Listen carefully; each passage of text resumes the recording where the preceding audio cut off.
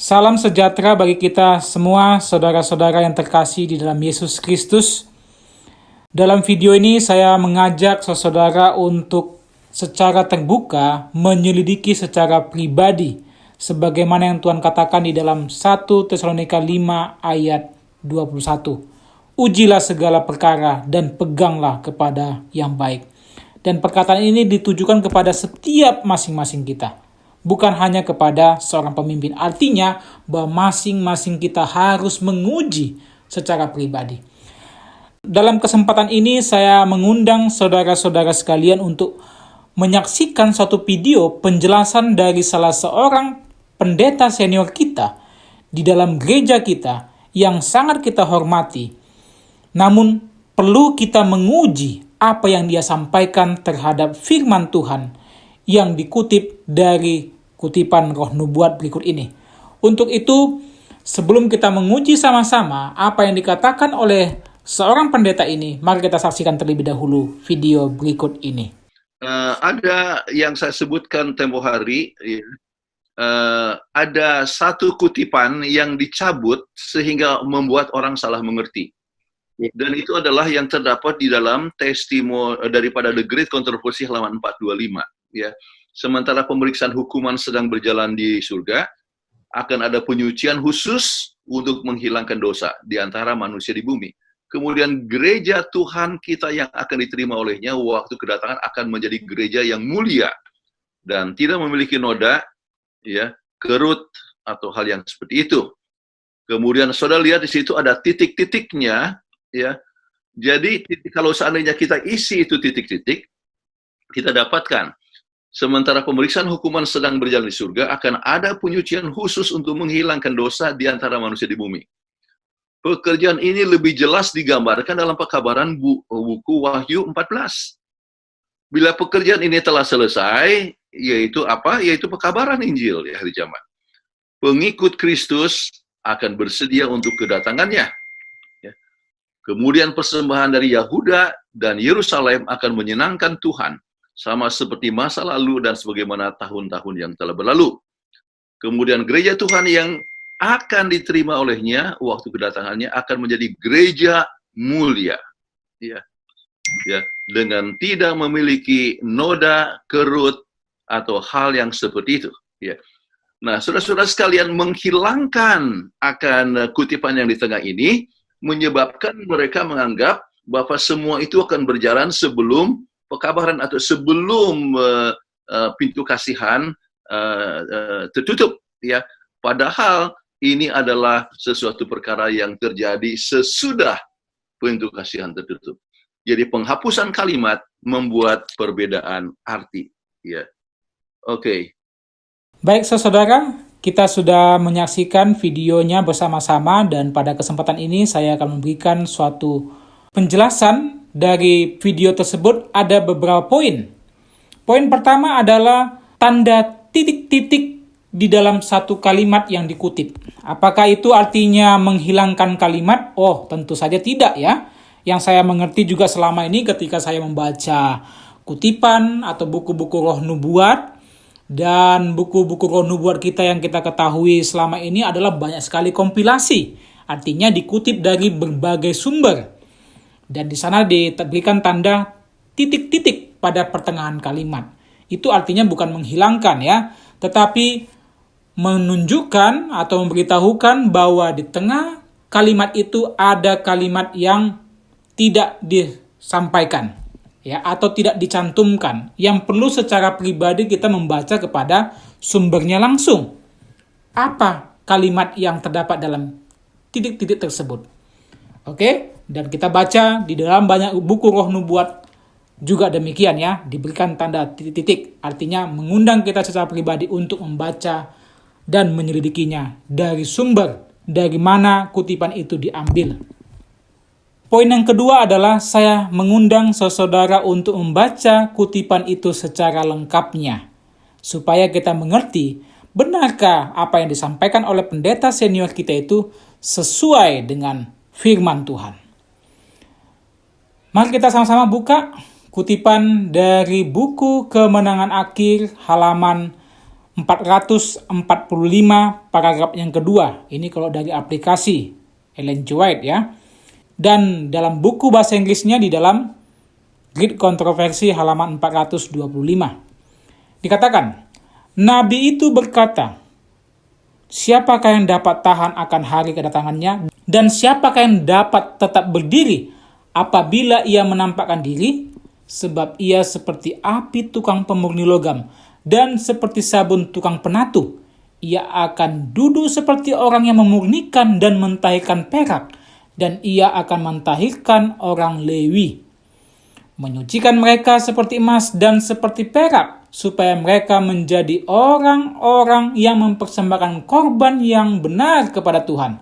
Maleakhi 3 ayat 2 dan 3. Dari kutipan ini sendiri kita melihat bahwa Ellen G. White tidak mengutip secara utuh kitab Maleakhi pasal 3 ini. Ya, dia hanya mengutip ayat 2 dan 3. Untuk lebih lengkapnya kita baca di dalam Maleakhi pasal 3 ayat 1-nya. Mari kita baca bersama-sama, saudara-saudara. Mari kita buka Alkitab kita. Dikatakan di sana, Maleakhi pasal 3 ayat 1. Lihatlah, aku menyuruh utusanku supaya ia mempersiapkan jalan di hadapanku. Dengan mendadak Tuhan yang kamu cari itu akan masuk ke bait-Nya, to his temple. Di ayat 1 jelas dikatakan bahwa Tuhan datang ke dalam bait-Nya. Bukan kedatangan Tuhan kedua kali di awan-awan. Ya, ayat ini jelas mengatakan. Dan pertanyaannya, untuk apa Tuhan datang ke dalam bait-Nya? Kutipan itu sendiri jelas mengatakan, ya, sebab ia seperti api tukang pemurni logam dan seperti sabun tukang penatu. Ia akan duduk seperti orang yang memurnikan dan mentahirkan perak, dan ia akan mentahirkan orang Lewi. Jadi kedatangan Tuhan ke dalam bait-Nya itu adalah untuk memurnikan, untuk mentahirkan. Siapa yang ditahirkan? Orang-orang Lewi. Yang kita ketahui orang-orang Lewi itu adalah imam-imam yang Tuhan khususkan bagi pekerjaannya. Dan selanjutnya kita baca kutipan dalam buku Kemenangan Akhir halaman 445 secara lengkap. Baik, kita baca sama-sama.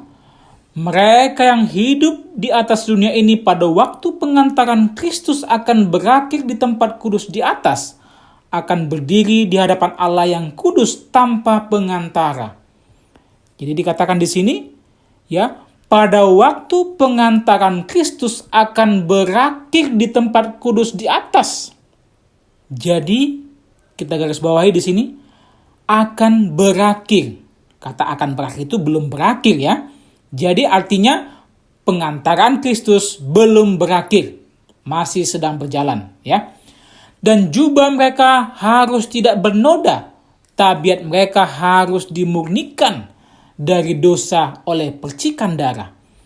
Melalui karunia Allah dan usaha keras mereka, mereka harus menjadi penakluk dalam perang, melawan yang jahat. Baik, selanjutnya kita baca. Sementara penghakiman pemeriksaan berlangsung di surga, sementara dosa-dosa orang percaya yang menyesali dosa-dosanya dipindahkan dari tempat kudus, akan ada pekerjaan khusus pemurnian untuk membuangkan dosa di antara umat Tuhan di dunia ini. Kita garis bawahi dikatakan di sini, sementara penghakiman pemeriksaan berlangsung. Jadi pemeriksaan itu belum berakhir. Masa kasihan belum berakhir. Tetapi sementara berlangsung di surga. Dan sementara berlangsung penghakiman di surga, akan ada pekerjaan khusus pemurnian untuk membuangkan dosa di antara umat-umat Tuhan di dunia ini. Sebagaimana tadi yang dikatakan di dalam Maleakhi pasal 3 ayat 1. Tuhan datang ke dalam bait-Nya di antara umat-Nya untuk memurnikan, untuk mentahirkan. Dan dikatakan pekerjaan ini lebih jelas lagi dinyatakan dalam pekabaran Wahyu pasal 14. Saudara bisa baca di dalam Wahyu pasal 14 ayat 14 sampai ayat seterusnya. itu berbicara bagaimana adanya 2 kali penyabitan atau 2 kali penuaian yang dilakukan. Sesuai dengan 1 Petrus 4 ayat 17, bahwa penghakiman itu pertama sekali akan dilakukan di dalam rumah Allah. Baru berikutnya mencakup seluruh dunia. Mari kita baca paragraf berikutnya dari buku Kemenangan Akhir halaman 445. Kalau pekerjaan ini telah dilaksanakan, pekerjaan mana yang dimaksudkan saudara? Pekerjaan khusus, pemurnian, membuangkan dosa di antara umat-umat Tuhan di dunia ini, di dalam keabahnya sesuai Maliaki pasal 3 ayat 1. Setelah itu dilaksanakan, maka pengikut-pengikut Kristus akan siap bagi kedatangannya. Jadi, paragraf berikutnya ini tidak ada berbicara pekerjaan penginjilan selesai ke seluruh dunia. Sementara pemeriksaan hukuman sedang berjalan di surga, akan ada penyucian khusus untuk menghilangkan dosa di antara manusia di bumi. Pekerjaan ini lebih jelas digambarkan dalam pekabaran buku Wahyu 14. Bila pekerjaan ini telah selesai, yaitu apa? Yaitu pekabaran Injil di akhir zaman. Ayat ini tidak ada yang menyebutkan pekerjaan penginjilan ke seluruh dunia selesai. Tetapi paragraf sebelumnya yang kita baca itu berbicara masalah pekerjaan khusus pemurnian, membuangkan dosa yang Tuhan lakukan di antara umatnya di bumi, di dalam Ka'bahnya.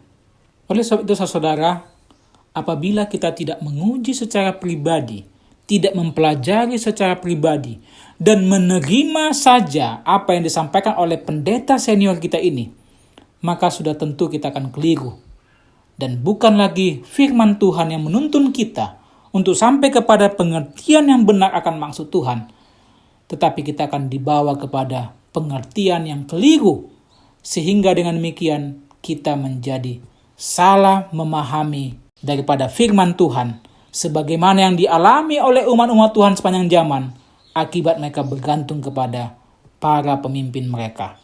Itulah yang menyebabkan mereka menolak kebenaran yang ditawarkan kepada mereka, dan akhirnya membawa kebinasaan kepada jiwa mereka.